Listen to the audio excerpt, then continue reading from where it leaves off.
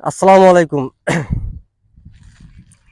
হিংসুক প্রাণীর বয়ে জঙ্গলে যেমন বসবাস করতে পারে না মানুষ, ঠিক তেমনি হিংসুক আর ষড়যন্ত্রকারীর সাথে এক জায়গায় চাকরি করতে পারে না কোনো মানুষ।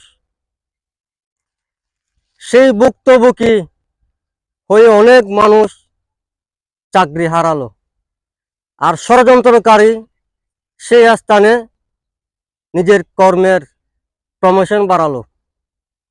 আমি বলতে চাই, যারা ষড়যন্ত্র শিকার হয়ে আসেন, আপনারাও সম্মান দিকে কম নয়।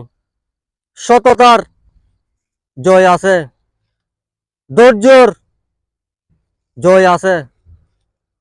হিংসুক ষড়যন্ত্রকারী জীবনও জিততে পারে নাই, জিততে পারবেও না।